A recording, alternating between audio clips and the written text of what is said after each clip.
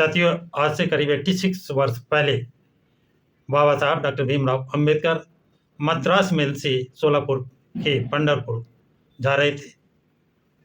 उनका रास्ते में किन किन बातों पर जोर दिया है उनके विषय में बताएंगे। हर स्टेशन पर जहाँ पर मेलगाड़ी रुकती थी वहाँ पर लोग एकत्र होते थे बाबा साहब का स्वागत के लिए। जब गाड़ी कुंडूवाड़ी स्टेशन पर रुकी तो वहाँ उनके दर्शन के लिए भीड़ बहुत ज़्यादा बिना टिकट के भी अंदर घुस गई। क्यों और उनका निस्तारण कैसे हुआ ये भी बताएंगे। जब करकम गांव पहुंचे तो विशाल जुलूस ने उन्हें क्यों रोका और वो कौन सी ज़मीन थी जिसे दिखाने के लिए डॉक्टर अंबेडकर को ले गए, क्यों, इस पर भी बात करेंगे। डॉक्टर अंबेडकर ने क्यों कहा कि आप लेबर पार्टी के सदस्य बन जाए। उन्होंने ये क्यों कहा कि चमार भंगी महार में जाति एकता न होने के कारण हिंदू समाज का जाति भेद है, जाति भेद को जिम्मेदार क्यों माना, इस पर भी बात करेंगे। और उन्होंने क्यों कहा हमारा कर्तव्य है कि हम एक हो जाएं।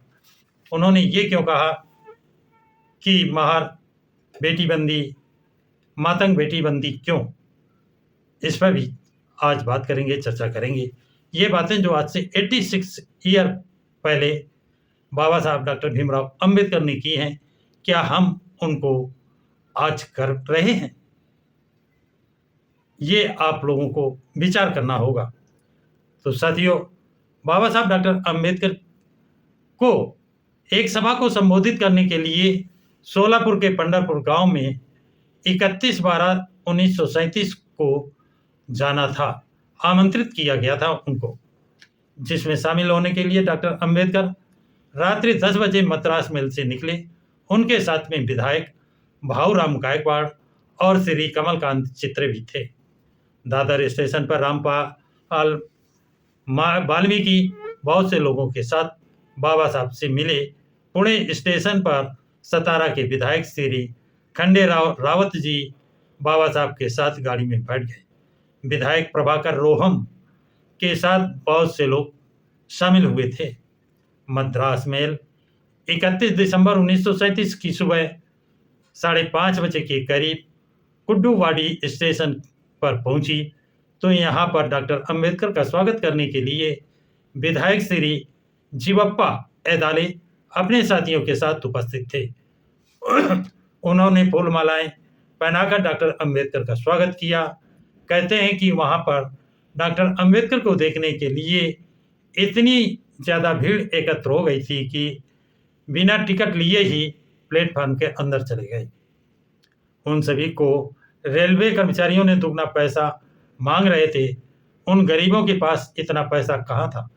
स्टेशन मास्टर ने मध्यस्थता करके मामले को शांत कराया था। साथियों, अस्पृश्यों को आंदोलन साधारणतया अन्य समाज के आंखों में चुभता है, यानी अस्पृश्य जो आंदोलन करते हैं इसे अन्य समाज नहीं देख पाता है, उन्हें चुभता है। सहायता करना तो बहुत बड़ी दूर की बात है।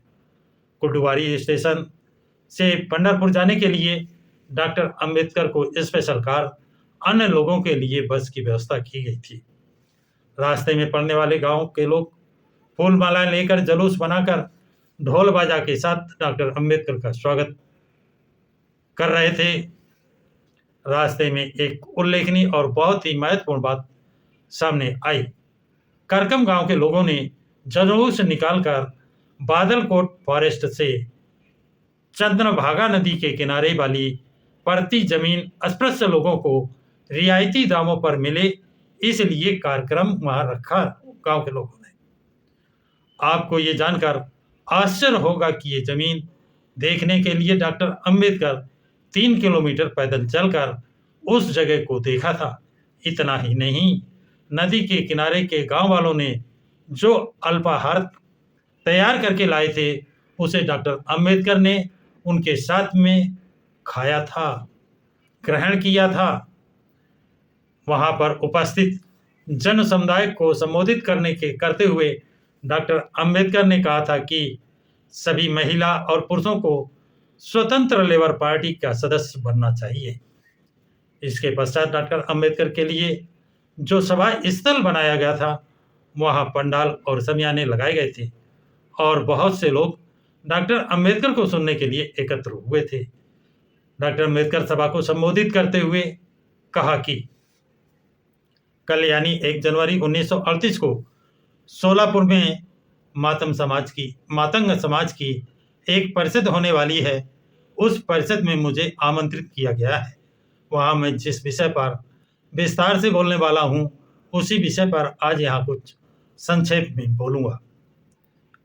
यहाँ बोलने का उद्देश्य यह है कि आप में से जैसे कुछ लोग उस परिषद में जाने वाले होंगे, कुछ लोग किन्हीं कारणवश वहाँ न जा पाने वाले भी होंगे। जो नहीं जाने वाले हैं उन्हें वहाँ किए जाने वाले भाषण का सार संक्षेप में पता चले, इसलिए आज मैं यहाँ अपनी बात बताने जा रहा हूँ। पहली बात यह है कि अस्पृश्यों में शामिल महार, चमार, भंगी आदि जो जातियां हैं उनमें एकता नहीं है। यह हम सभी का दुर्भाग्य है। इस एक न होने के कारण हिंदू समाज का जात भेद ही है। उन्होंने इसके लिए जात भेद को जिम्मेदार माना है। जात भेद के लिए महार, चमार, भंगी मांग जिम्मेदार नहीं है। जात भेद ऊपर से बहकर आई गटर गंगा है, हमारी तरफ बहकर आता नरक है। इसी कारण जाति भेद के कड़वे फल और उनका बुरा असर हमें भुगतना पड़ रहा है। दुर्भाग्य की बात यह है कि हिंदू लोग हमारी जाति भेद को दूर करते ही नहीं हैं, उल्टे अस्पृश्यों के अज्ञान का फायदा लेते हुए उनकी जाति भेदों का पक्का बनाने की कोशिश में लगे रहते हैं। मातंगों को महारों के खिलाफ भड़काते हैं और अपनी भेद नीति फैलाना और हमारे बीच एका होने नहीं देना आदि वो करते हैं। जात भेद फैलाने की जिम्मेदारी की जड़ भले ही हिंदू धर्म में हो, हमें अपनी जिम्मेदारी नहीं भूलनी चाहिए। हम अगर अपनी जिम्मेदारी भुलाते हैं तो वो हमारे लिए आत्मघातक सिद्ध होगा। हमारा कर्तव्य है कि हम आपसी भेदभावों को नष्ट करें और हमारे बीच भेद नीति को फैलाने न दें। हम जब तक इस लक्ष्य को साध नहीं कर लेते तब तक हमारा भाग्योदय संभव नहीं हो सकता। महार और मांगों के बीच में बेटी बंदी रोटी बंदी खत्म होनी चाहिए। हर जाति अगर अपने बारे में सेकी बखारने के लिए केवल अपनी जात में ही चिपके रहेंगे तो महार ही रहेगा और मातंग ही रहेगा और हम पर होने वाले अत्याचार का हम विरोध नहीं कर पाएंगे। महार या मांग नाम में ऐसा क्या रखा है जिसके बारे में गर्व महसूस किया जाए?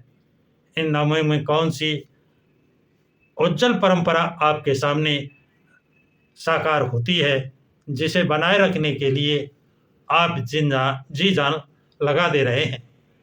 पूरा समाज इन नामों को तुच्छ मानता है। कूड़ेदान के कचरे की जितनी भी आपकी कीमत नहीं है, सो इन नामों के बारे में मन में अभिमान न रखते हुए ये बात ध्यान रखनी चाहिए कि दोनों समाज एक ही सिल पर पिस रहे हैं। दोनों समाज महार और मातंग इनके लिए कह रहे हैं, क्योंकि दोनों को मिलजुल कर साथ में रहना चाहिए। इस बारे में अगर महार समाज के बारे में बताना हो तो मैं कोई जात भेद मानने के लिए तैयार नहीं है। मांग, चमार या भंगी लोगों के साथ रोटी या बेटी व्यवहार करने के लिए वो तैयार है, और अगर ये व्यवहार करने में महार हिचकिचा रहे हों तो उनसे बात करवाने का जिम्मा मैं लेता हूँ। दूसरी बात जो मैं आपको बताना चाहता हूँ वह यह है कि फिलहाल आपको कांग्रेस नामक संस्था से दूर ही रहना चाहिए। इसके पीछे एक ही वजह है और वो है कि कांग्रेस मायावी सृष्टि है। आप मुझे एक बात बताइए कि गांव का बनिया और साहूकार अपने सिर पर चाराने वाली गांधी टोपी पहनेगा तो क्या उसकी सोच बदल जाएगी? आपने गरीब ग्राहकों को ब्याज उगा ही बगैर क्या वो रह पाएगा? आपकी गर्दन पर सवार होना वो कैसे छोड़ देगा? और आज कांग्रेस बता रही है कि बनियों का हित साधेगी, साहूकारों का भला करेगी, साथ में वो गरीबों का भी हित साधना करेगी।